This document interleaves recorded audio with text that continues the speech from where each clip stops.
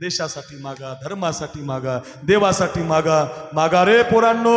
ऐका ऐका, आता 23 डिसेंबरला एक घटना घडली मागच्या वर्षी आपल्या देशात. पारनेर तालुक्यामध्ये एक राळेगण सिद्धी नावाचं गाव आहे पोरांनो. एक 26, 28, 25 वर्षाचा पोरगा देशासाठी शहीद झाला कैलास बाबा.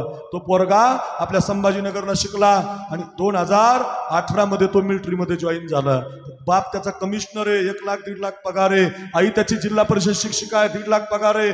2-3 लाख रुपये महिना घरात येत होता. पोरगा असं म्हटलं नाही मी कशाला जाऊ सीमेवर. पोरगा व्यायाम करून सीमेवर लढायला गेला आणि मागच्या वर्षी डिसेंबर महिन्यामध्ये कॅप्टन झाला तो. 500 पोरं त्याच्या हाताखाली होते. सियाचीन मध्ये ड्युटी करत होता आणि त्या बर्फाळ प्रदेशामध्ये बंदूक घेऊन देशाचं रक्षण करत असताना दहशतवाद्याचा हल्ला झाला. समोर सरकला, देशाचे झेंडे खांद्यावर घेतले, दहशतवादी मारले, आनंदी आनंद झाला. भारत माता की जय, वंदे मातरम असा जयघोष केला, विजय मिळाला. वापस येत असताना इतका बर्फ पडला, कमरेपर्यंत बर्फ आला, पोटापर्यंत बर्फ आला, खांद्यापर्यंत बर्फ आला, डोक्यापर्यंत बर्फ आला. 0.3 तापमान झालं आणि त्या बर्फामध्ये सौरभ आवटी नावाच्या पोराची बॉडी गोठून गेली. 4 दिवस बॉडी सापडली नाही. कॅप्टन गायब आहेत, कॅप्टन गायब आहेत, कॅप्टन गायब. 11 दिवसानं कैलास बाबा बॉडी सापडली. पूर्ण बर्फमय राजबिंडा पोरगा झाला. बर्फातून बॉडी बाजूला काढताना त्या पोराचा एक हात कापावा लागला, छाती कापावी लागली, एक पाय सुद्धा कापावा लागला. इतका राजबिंडा 25 वर्षाचा पोरगा अर्ध्याच अंगाने भारत देशाच्या झेंड्यामध्ये गुंडाळला. लाल दिव्याच्या गाडीमध्ये त्याची बॉडी गावाला पोहोचली. 1 लाख लोक वाटी लावायला आली होती. हंबरडा फोडून सगळी रडत होती. आई धावतच गेली. झेंडा सरकून पोरगा पाहिला, मिठी मारली तिनं आपल्या लेकराला. हंबरडा फोडून रडायला लागली. गालावून हात फिरवत असताना पाहिलं, माझ्या बाळाला हात नाही, माझ्या बाळाला छाती नाही, माझ्या बाळाला पाय नाही. काय वाटलं असेल हो त्या आईला.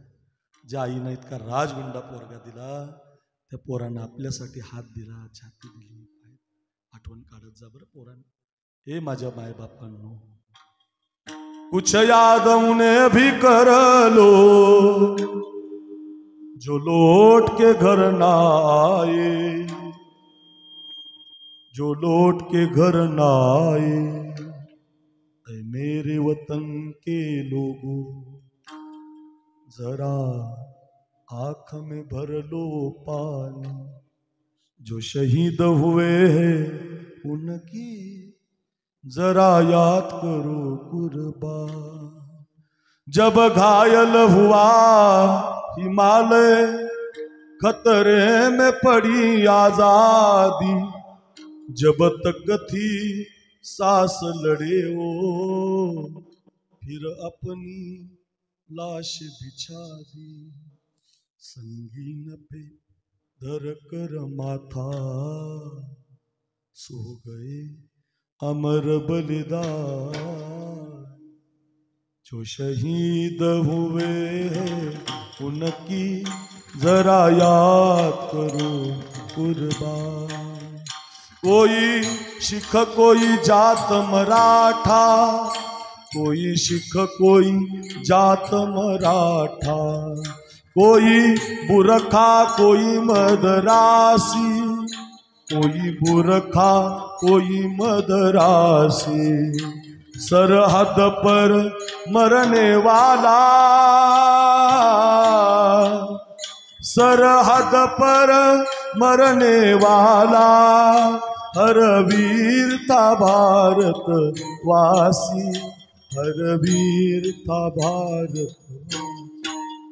तुम भूल न जाओ उनको, इसलिए कही ये कहानी.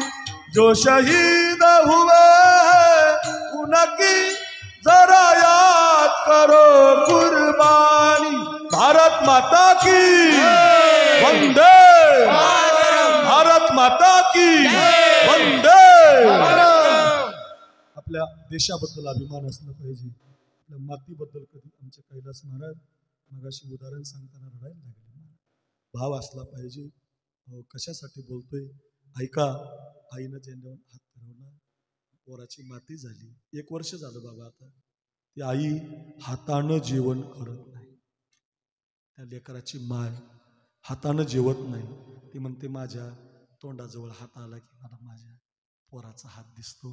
कोणीतरी प्लेटनं पाणी पाजतं, फार वाळून गेली ती माय. मी भेटायला गेलो, कीर्तन केलं तिथं, आणि कीर्तन झाल्यावर विनंती केली त्या आईला, तुम्ही जेवलं पाहिजे. आणि त्या आईला विचारलं, आई तुम्ही देवाकडं काय मागता, काय मागणं आहे का? आई म्हणते एकच मागते रोज देवाला, माझा पोरगा तर गेला आता देशासाठी, मला अजून एक मुलगा आहे, त्या पोरानं व्यायाम करावा आणि माझ्या सौरभच्या जागेवर देशावर लढायला जावं, त्यानं बॉडी करून. काय मागणंय महाराज.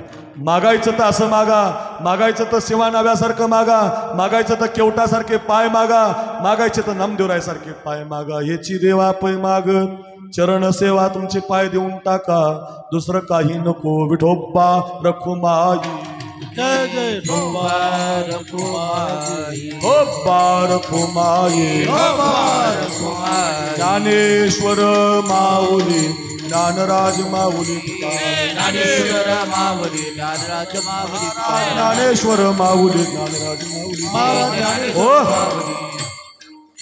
एकच चरण माझ्या कीर्तनाची खासियत आहे. मी सगळे चरण सांगत नाही, एकच चरण सांगतो. चरण सेवा बरं का, पायाची सेवा. केवटाची कथा, भरताची कथा, कानोपात्रीची कथा, द्रौपदीची कथा खूप आहेत. युट्यूबला साखरे महाराज नाव टाका, 200 कीर्तने. आपली वेळ संपली. मला सकाळी पण काल आहे, आमच्या नवनाथ महाराजांनी माऊलीने खूप आग्रह केला, कैलास बाबा मला माझा प्रणिपात करू. खूप छान तुम्ही रडले महाराज, माझं कीर्तन सफल झालं महाराज. एक साधू रडला, गाव रडलं, सगळी तरुणी जोरात वाजा, जोरात. वाव. सगळ्या मातांना मी पुढच्या वर्षी पण येणार आहे, सोडित नाही मी तुम्हाला, काळजी करू नका. पुढच्या वर्षी मी